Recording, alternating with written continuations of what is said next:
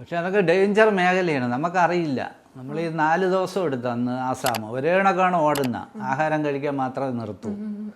അപ്പോൾ അതിൽ മരണപ്പെട്ട ആൾ അച്ഛനും 2 സഹോദരന്മാർ പിന്നെ 2 കൂട്ടുകാരും ഉണ്ട്. 1998 അപ്പോൾ ഈ കാട് ഉണ്ട്, നമുക്കറിയില്ല. ഫ്രണ്ടിലും വണ്ടിയില്ല, ബാക്കിലും വണ്ടിയില്ല, ഞങ്ങൾ മാത്രമുണ്ട്.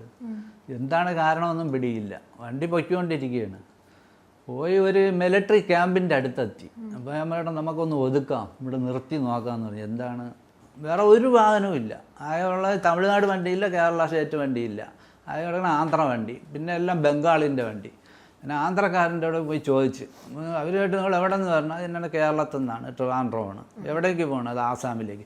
നിങ്ങൾ ഇത്രയും ദൂരം എന്തിനു ഓടി വന്ന്? ഇത് വളരെ അപകടം പിടിച്ച ഒരു കാടാണ്, അവിടെ നിങ്ങളെ കൊല്ലാതെ വിട്ടത് ഭാഗ്യം.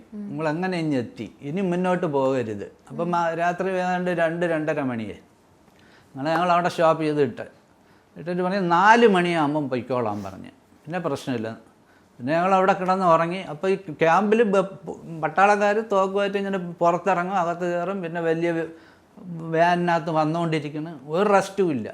അത് അവിടെ അത്ര ഡേഞ്ചർ മേഖലയാണ്. അവിടെ ചെന്ന് ഈ ബോഡി ഇറക്കി. ഇപ്പോൾ ഒരാൾ ഇങ്ങോട്ട് ഓടി വന്ന്, എന്തിനാ കൊന്നു കൊണ്ടുവന്നേന്ന് അടുത്ത ആദ്യത്തെ ചോദ്യമാണ്. ഞങ്ങൾ അപ്സെറ്റായിപ്പോയി. എന്ത് ചെയ്യാൻ പറ്റും, വല്ല നാടും. അപ്പോൾ അച്ഛനും 2 സഹോദരന്മാരും കൂടെയുണ്ട്. അത് നമുക്കൊരു ധൈര്യം വരുന്നു. എന്തായാലും ഉപദ്രവിക്കില്ല, അവരെന്തായാലും അതിന് മറുപടി പറയുമെന്നറിയാം. അപ്പോൾ ഈ അവിടെയൊക്കെ പ്രധാനമായിട്ട് ഗ്രാമത്തലവന്മാരാണ് കാര്യങ്ങൾ കൈകാര്യം ചെയ്യണം. ഗൃഹനാഥന് പോലും റോളില്ല. അപ്പോൾ അദ്ദേഹം വരും, അദ്ദേഹം കൈകാര്യം ചെയ്യും. അപ്പോൾ അദ്ദേഹം ഇവനെ ഞങ്ങളെ അടിക്കണം. അപ്പോൾ മദ്യപിച്ചിട്ടുണ്ടെന്ന് തോന്നണം. അപ്പോൾ അയാളെങ്ങോട്ട് ഫ്രണ്ടിലോട്ട് തള്ളി വന്ന്, അപ്പോൾ അവർ മറ്റേ അടിക്കാനായിട്ട് വന്ന് ബന്ധു. അപ്പോൾ ഞാൻ കേട്ടു, എന്താണ് അത്, നിങ്ങളാണ് കൊന്നു കൊണ്ടുവന്ന.